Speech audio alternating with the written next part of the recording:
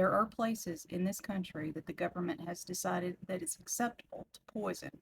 The people who live there know it, and everybody else just pretends that it's not happening. Meh. There's a sociology term for that almost nobody, except for people in academia and environmental justice, has ever heard. It's called sacrifice zone. And I promise you, by the end of this video, you're going to know one when you see one. Like so many of these names, this goes back to the 1970s too. The government used that term internally, and it described like land that they were strip mining, places that they were contaminating with radioactive waste. So it was first used in the United States in the 1970s in regards to the strip mining, and then again in the 2000s by researchers like Steve Lerner. Steve Lerner wrote a whole book about this in 2010.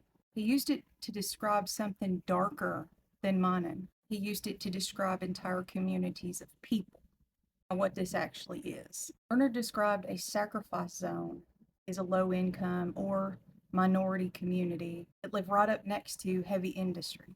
So these chemical plants, the refineries, military bases, they're included too. These are people who are literally living on a fence line of factories and such that are killing them.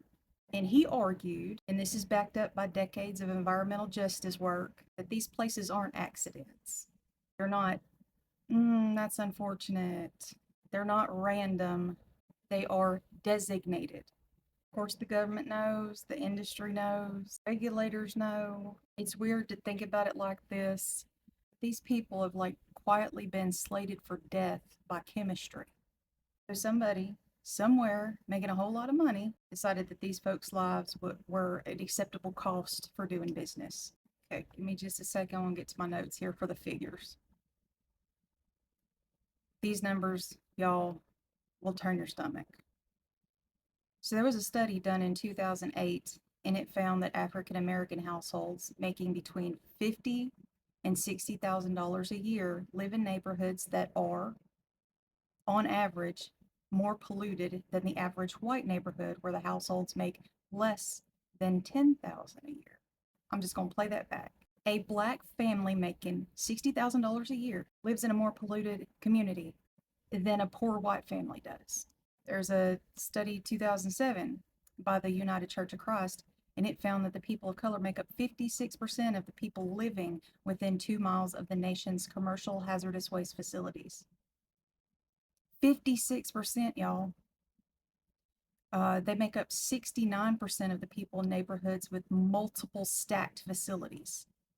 The disparities were found in 9 out of 10 EPA regions and 40 out of 44 states with hazardous waste. That is insane. Now, let me tell you this part. The EPA looked at 1,100 Superfund sites.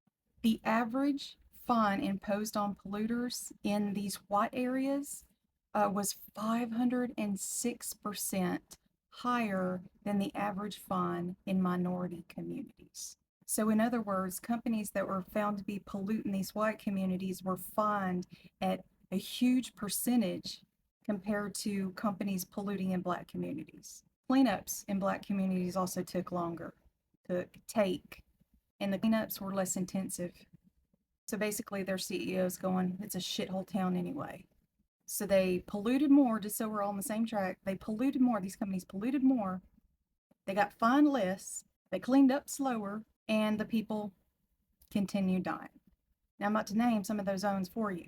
These are real places with real people. And right now they're breathing and absorbing these chemicals in what would almost be on par with war crimes.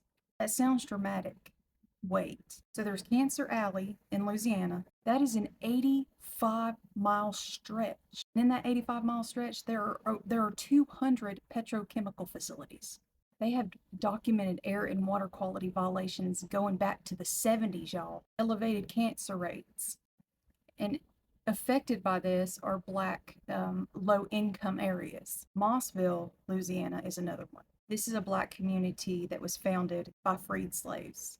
There are 6 chemical plants here. People literally evacuated, like the whole town is just being erased. Another one is the Navajo Nation.